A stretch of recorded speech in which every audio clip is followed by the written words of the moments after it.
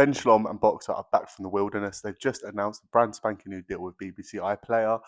I'm not too sure how I feel about it. I feel it has real potential, free to air TV.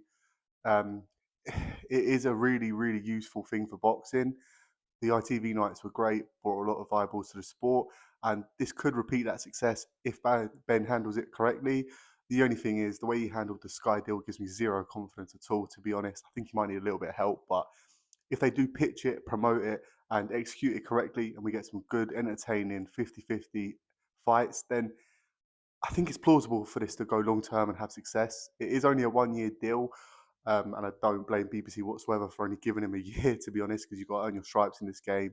And I must say, it was below par with Sky, to be honest. So, it is what it is. We move forward. And as I say, I do think if they nail it, this could work out really well. The only fear for me is the budgeting issue. We see with Wasserman, they have their shows obviously on Channel 5, and there's the odd occasional decent fight, but the undercard is always a shower of shit, really. And even the main event, 9 out of 10 times, is probably a little bit below average, if I'm honest. They have guys like Josh Kelly. I think Harlem Eubank, I'm not too sure if he signed with Matchroom now after the Cattrall fight. I'm not too sure, but he definitely was a Channel 5 Wasserman guy. So they had good fighters, decent domestic names, but not really top stars. And we're hearing it being pitched, big world class nights on terrestrial TV now is the sort of tagline that BBC and BOXXER are running with. But I'm kind of worried, fearful that a lot of the fighters on the BOXXER roster will not be there anymore. People like Adam Azim, Caroline Dubois, even your likes of Vidal Riley, Callum Simpson, so on. I just see them being poached by other guys. Chris William Smith as well. He screams a Frank Warren fighter, to be honest. I really do not believe he'll be at BOXXER, as well as the other names I just mentioned. And let's be honest, Jake Paul's going around just taking every single female on the planet like it's a game of fucking supermarket sweep or something. So she'll definitely be poached by him. And then he'll be left with the guys that are certainly not bad, but aren't massive names. And I don't think that's necessarily a bad thing. I think this could be an ideal opportunity for the youngsters to really get their name out of there. Obviously, being free to air, there will be a lot of people that watch it, and the demographic might be able to actually work in their favour, and they could really, really build something from it. So I think it's exciting, and as I say, it's an avenue that could bring success as long as it's executed correctly.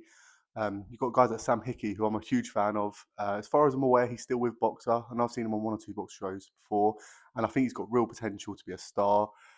Certainly in the ring, he's a really, really good fighter. I was really impressed when I watched him. So guys like him could really benefit from this. It's just the other guys that and ladies, obviously, that I feel will probably part ways, to be honest. One I'm really interested with is actually Fraser Clark. I'm not really sure where he's going. I feel like, based on what he achieved in the amateur game and his pedigree, he'll probably be wanting maybe a bit more than BBC and what BOXXER can offer right now. But at the same time, I don't really see guys like Eddie Hearn and Frank Warren queuing up for him.